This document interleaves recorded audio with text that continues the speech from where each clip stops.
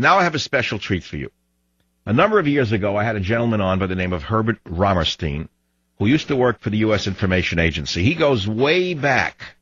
Romerstein used to, he knew what the UAC was. He was around during those days. He lived through it. Romerstein, we tried to get him on the show today, but Mr. Romerstein is ill and could not join us. But this man knows what it was. I want you to listen to clip 19 of Mr. Romerstein in a previous incarnation. The United States government in 1995 decided to release what they called Venona.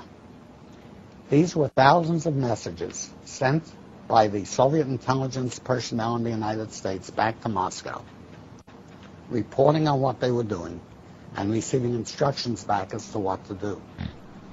Often there were real names in these reports. Sometimes, most of the time, they were code names.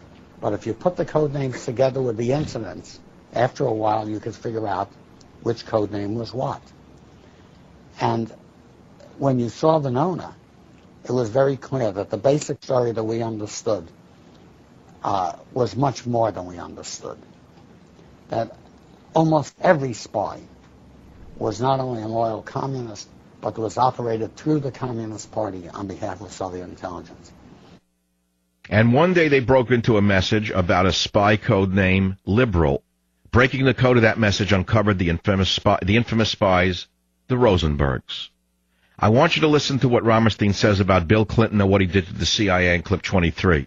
When the president cares, when the whole government cares, and the information is being fed into a system that puts things together and you begin to look at things to prevent such attacks, then you can expect the people to do their job.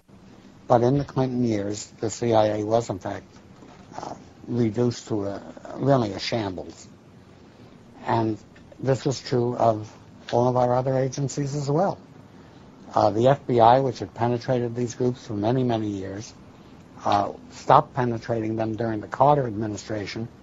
During Reagan, they got back into some of the job, but once you had Clinton in, then everything stopped. Legislation was passed by the liberal Democrats in Congress, the Foreign Intelligence Surveillance Act, for example, which does a wonderful job of making it impossible for the FBI to do its job. I'll give you an example. A month before the attack on the World Trade Center, an Arab man came into a flight school and was ready to pay in cash for training in how to fly a plane, but not how to take off and land. He just wanted to learn how to steer. Well, the people at the flight school were not idiots, and they called the FBI. The FBI arrested him and confiscated his computer and, of course, his telephone. The next logical thing to do was to get into that computer and see what kind of information he had, who his contacts were. You would see who was looking for this character who suddenly was off the streets, not in contact with his buddies. Who's going to call to find him? But in order to do that, under the Foreign Intelligence Surveillance Act, the FBI would have to get a warrant from a court, the Foreign Intelligence Surveillance Court.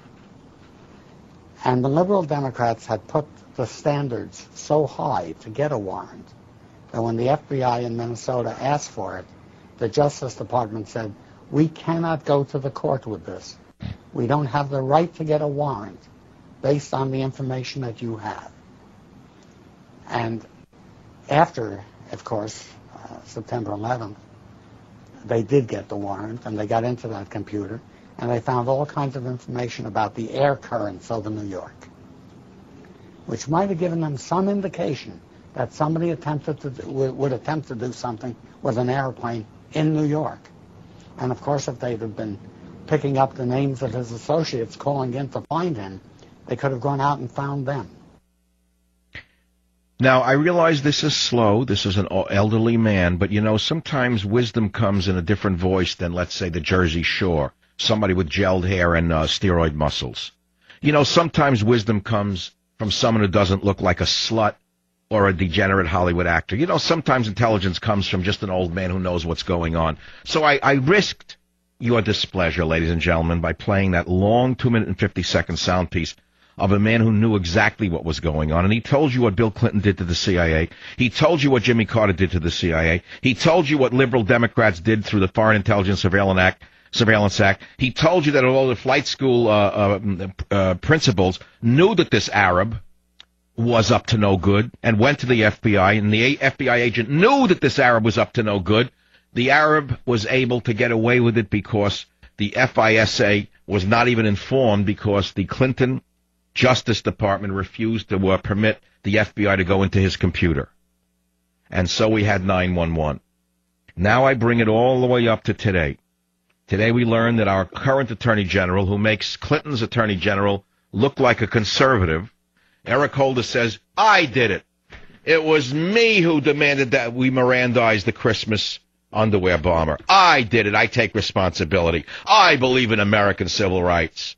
He has every right to not give up any information. So the very same Eric Holder, who has such love and care for the American system to the extent that he would bend over backwards to protect a man who tried to bring down a plane with everyone on it. You do know the Christmas bomber was seated right over the fuel tanks of that plane. Did you know that much? That came up yesterday on my show. That's right. The enemy is so smart that they got him a seat right over the fuel tanks of that airplane when he tried to set off that firebomb in his crotch. You can laugh at it all you want. The U.S. government failed us. Big Sis failed us. Peter Sellers failed us. They all failed us. Was it not for the Flying Dutchman, who, by the way, have you not heard from him much, have you? How come the hero of the Christmas Day bombing has been dropped by the vermin in the American media? How come he isn't on every television show? How come he hasn't been given a Presidential Medal of Freedom? How come he wasn't appearing on the stage with Obama? How come he hasn't been seen on every television show? The man who saved that plane from going down is a hero equal to Chess Sully Sulzberger, isn't he? Equal to him.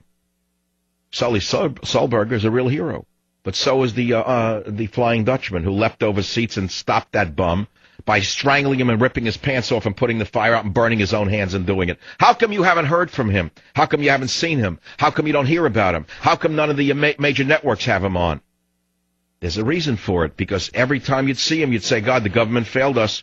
We have to take the law into our own hands in order to defend ourselves. I'll be right back. Saturday